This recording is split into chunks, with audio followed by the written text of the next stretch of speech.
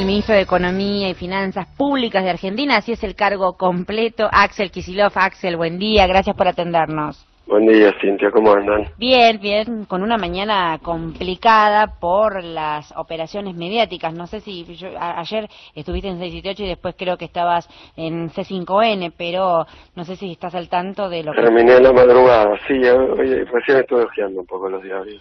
El Grupo Clarín y Canal 13 con una operación mediática contra Aníbal Fernández, indicándolo como el autor intelectual del triple crimen de General Rodríguez, caso Efedrina, digamos, complica el panorama por esta capacidad de poder de fuego, ¿no? Para decirlo claramente, me parece que ya no podemos estar con eufemismos sobre cómo reaccionan mediáticamente el brazo de la derecha política, que son los medios de comunicación dominantes.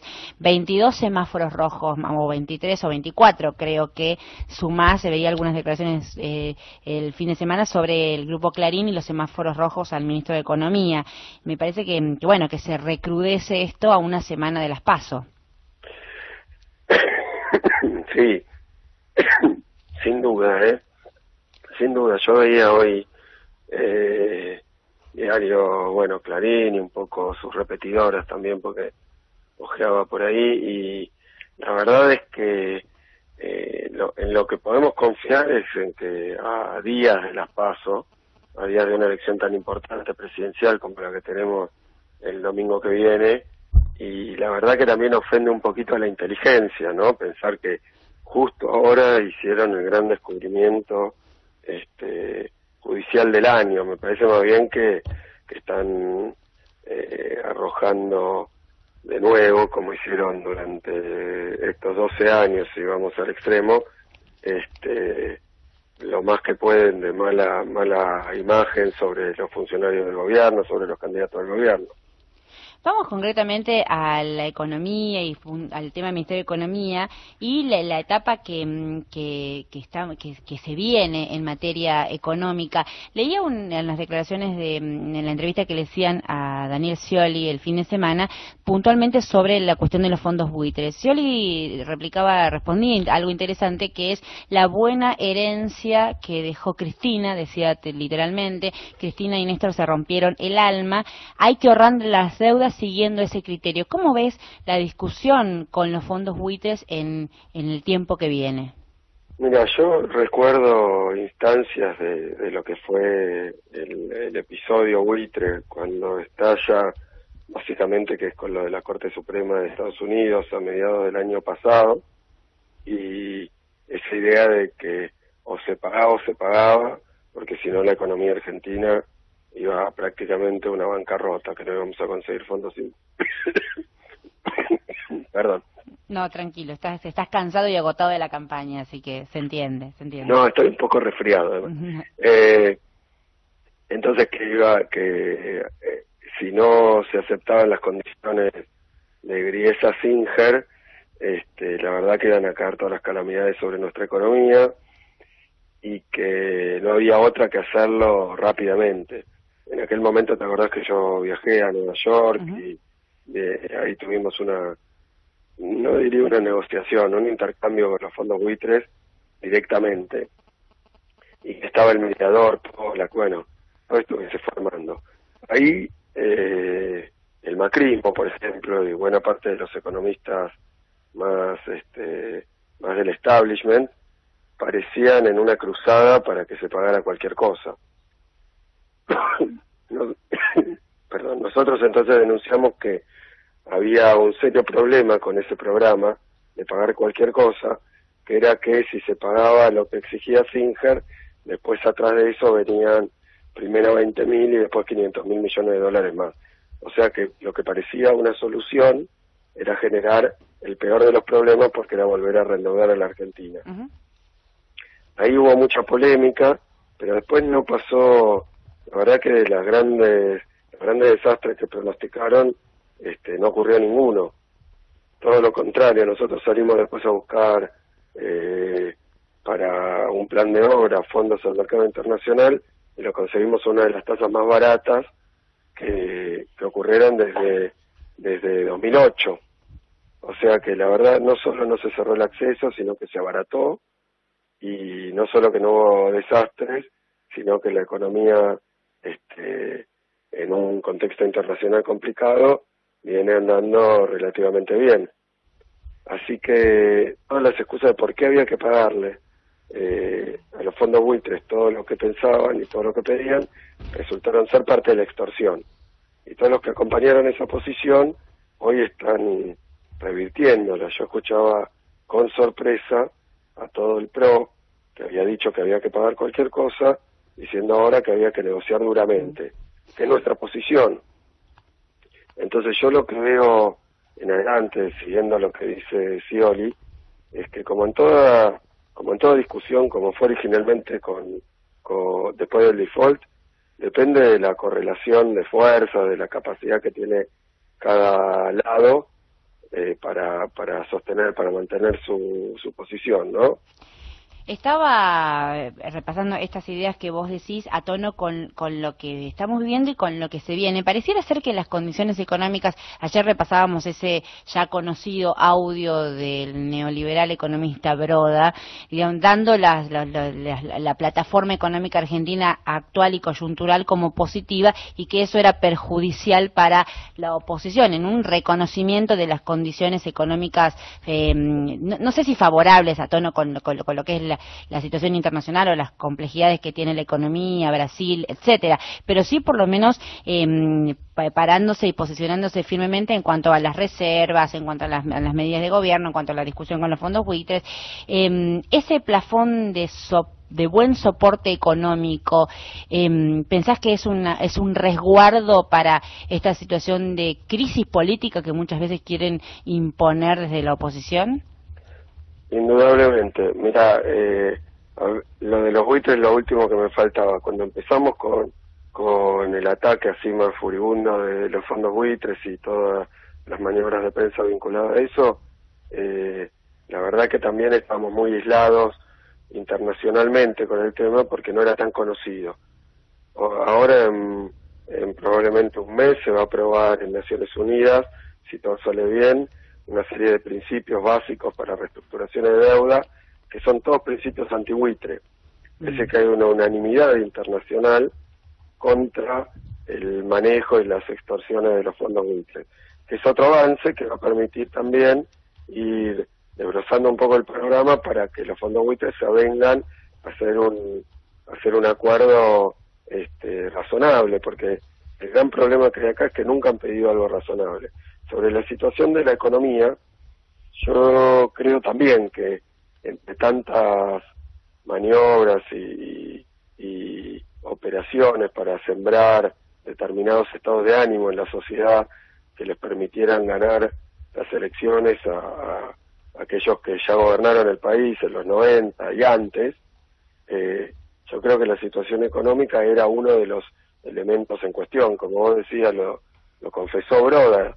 El otro día Broda mismo decía, miren, 2015, el producto crece, lo cual es cierto porque hasta el Fondo Monetario Internacional, el Banco Mundial, dan para este año un crecimiento del producto. Mientras, por ejemplo, en Brasil están dando una caída de 2 puntos. Y en el resto de la región también hubo más dificultades. Yo creo que se instrumentaron en Argentina, la presidenta dio la instrucción de llevar adelante una serie de medidas que permitieran, en un caso como el actual de una economía internacional complicada, que a los argentinos esto no nos afecte lo menos posible. Y me parece que sí, que alguno soñaba, maniobaba que una situación económica mala, coyuntural, en este año, le diera más chances a la oposición de ganar la elección. Y la verdad es que eso no se está dando. Por eso no se entienden algunos discursos tan, digamos, aunque sean buenos políticamente, como el de Echeverri, ¿no? Que uno puede decir, bueno, dentro de su construcción generó un discurso acorde a la audiencia que lo estaba escuchando en la sociedad rural, pero que son tan disonantes con la realidad, aún con las las problemáticas o la distancia del sector que representa a la sociedad rural, ¿no? Esa concentración que tiene el sector agropecuario. Uno piensa, por ejemplo, en el presidente de Coninagro, Egidio Maellar, que la semana pasada lo entrevistábamos acá en el programa, acá mis compañeros Sebastián Premisi y Ari Lijalad, y ayer escuchábamos el audio en 678, y Maellar decía desde Coninagro que él en el año ganó alrededor de 1.900.000 pesos y que el campo está mal y que eso no le da tranquilidad, y que prácticamente hablaba como fuera del sistema. Sí, la verdad es que la situación del campo tiene esto de paradójico, porque primero que las situaciones o las condiciones adentro de lo que se llama el campo son muy diversas. Es cierto que hay dueños, propietarios y también quienes no son propietarios pero explotan cantidades inmensas de hectáreas rural con una producción muy muy grande, que yo decía algún número impresionante con respecto a la concentración en el campo, en lo que son los cultivos tradicionales. El 25% de los productores concentran el 83% de la producción. Quiere decir que es un grado de concentración realmente extraordinariamente grande. Pero de la misma manera, yo escuchaba un poco ayer las quejas de Etcheverry con la peor política del mundo, y quería marcar dos cosas. En los 90, aplicando todas las políticas de Etcheverry, las que pedía y las que solicitaba, el retiro completo del Estado, de las retenciones, una apertura indiscriminada, bueno, hubo un par de elementos importantes para destacar. Primero, que termina esa fase con 12 millones de hectáreas hipotecadas, es decir, que el campo estaba quebrado. Pero además, y en contraste con esto, este año precisamente, tenemos la cosecha récord de toda la historia argentina, 119 millones de toneladas. Es la cosecha récord de toda la historia. Yo puedo discutir con el sector, ver estos problemas de los pequeños productores. Lo que es muy difícil reconocer es que el sector está quebrado. El sector quebrado no produce. Es imposible porque no tiene para afrontar los costos de hacer la nueva cosecha. Entonces estos 120 prácticamente millones de toneladas, que es la cosecha histórica récord más grande que tenga registro la economía nacional, no puede ser un síntoma de que el campo está quebrado. Claramente, la caída de los precios que se registra este año va a afectar a todo el sector, pero es un hecho externo. Entonces, yo creo que hay que discutir con más seriedad. Si vamos a ocultar, por eso, si vamos a ocultar, y quiero decir, de todas maneras eso era la facturación, ¿no? Pero si vamos a ocultar la situación real de los sectores para criticar al gobierno, y es muy difícil discutir. Axel, en relación a esto, Sebastián Premisi te saluda cortito. El discurso de eliminar retenciones a todos los granos, bajarle los impuestos al sector agropecuario, ¿sería una transferencia de recursos para los pequeños productores o para los grandes jugadores concentrados como vos marcabas? Sí, en la proporción que te acabo de decir, porque por ejemplo, en nuestro plan de estímulo a los productores pequeños agropecuarios, la verdad que ha significado una transferencia para los pequeños productores, para el 74%, sobre todo en las extensiones más chicas, superior a lo que pagan de retenciones. Es decir, que la parte más vulnerable del campo está recibiendo como un estímulo cifras que son a veces hasta el 160%. Por ejemplo, para un productor de trigo de hasta 2.000 toneladas, porque son 1.000 toneladas en el conjunto, pero son dependiendo de cada cultivo. Y entonces, lo que yo puedo decir es que en esa proporción del 74% de los concentrados, del 74% de los pequeños, ellos ya reciben un estímulo. Los más grandes la verdad que son productores de dimensiones muy grandes, grandes facturaciones. O sea que la problemática es otra. Pensando en este ping-pong de preguntas ya sobre el final del programa, hoy hay una entrevista en el Diario de la Nación a Gustavo Marangoni, el presidente del Banco Provincia, bueno, en general sobre lo que el país que se viene, y él propone utilizar generar billetes de mayor denominación, 200 y 500 pesos ayudaría muchísimo. A mí no me queda claro la importancia que tiene este tema, si estamos hablando de inflación, ¿cuál es el planteo de pensar en billetes de mayor denominación? No, la verdad que nosotros no tuvimos necesidad de hacer una emisión de billetes de más denominación. Yo decía, por ejemplo, el billete de $100 es el de más alta denominación, está desde creo que de 1920, 30 creo, o sea, hace años.